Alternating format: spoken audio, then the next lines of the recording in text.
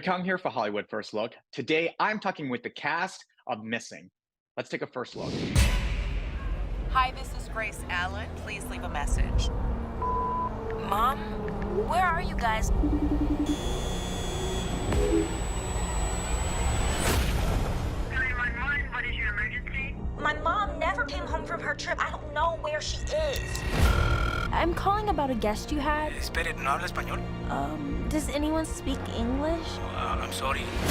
This is Elijah Park. Please, I need your help. The FBI doesn't have jurisdiction to investigate in Colombia. So is there anything I can do?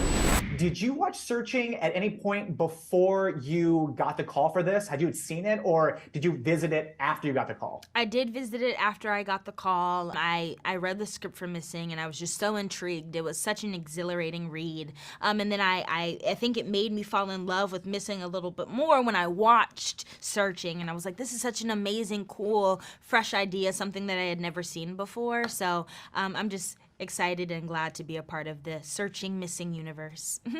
I was already a huge fan of Searching. I loved that movie. I went to watch it in theaters and was blown away, just like everyone that watched that movie. So when this came in, I was like, wait, is this for real? Like actual, like the first Searching, like these are the same people. And they were, and I mean, I was already on board wanting to work with these people. And then I read the script and it was so good. And I'm just so grateful that it all worked out. When you are looking at that script, is it kind of a more bare bones versus what you see on screen, or is all the description there? All of the description is there. All of it was there. And of course, you know, different details get added later or some get taken out. But I think that's what made it so fun to read, is because all of the information was there. I felt like I was actually searching for my mom. And when I thought I had it figured out and I was like, oh yeah, I know who did this, I would turn the page and I'm like, oh, I was totally wrong. You quickly become acquainted with that.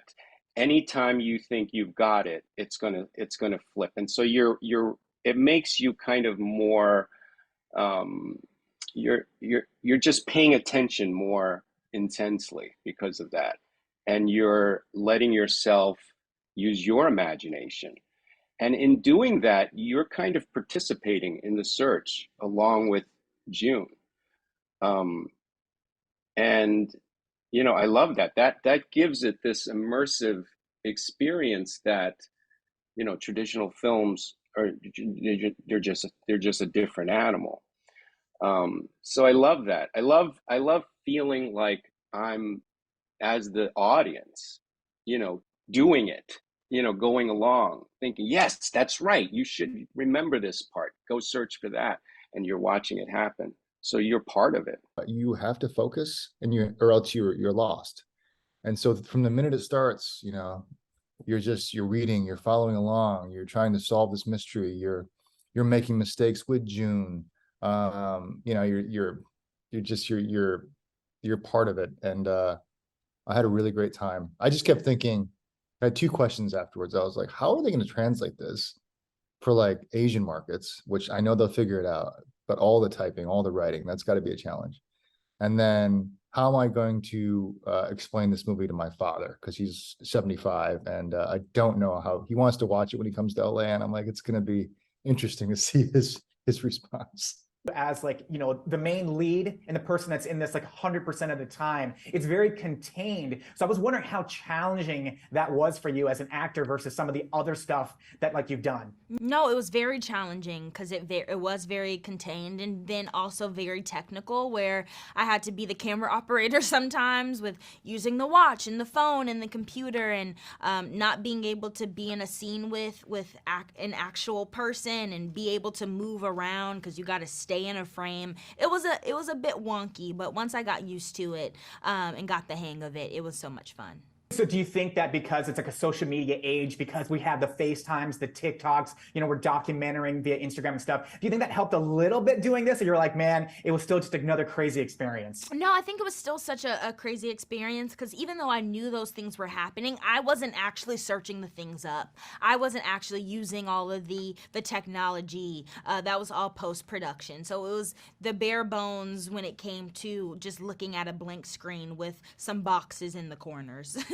Most of the time what was happening was we were staring at blank laptops with like numbers on them and little dots just for IQs and pointers, and pretending to see stuff with Will Merrick or Nick Johnson off camera, our incredible director duo, directing us to say, all right, this is what you're seeing, go for it, action. And now let's do a little different reaction to it. And then we've got phones that we're pretending like we're recording, but we've got like 10 cinematographers and ADs and all these people behind there directing us what to do. So it felt like very much so like we're doing it on our own, but we weren't. It's like you're filming something in your room, like a story, like an Instagram story or something, but you've got 30 people just in the corner watching and directing each move. The movie is Missing. You can find it playing in theaters now.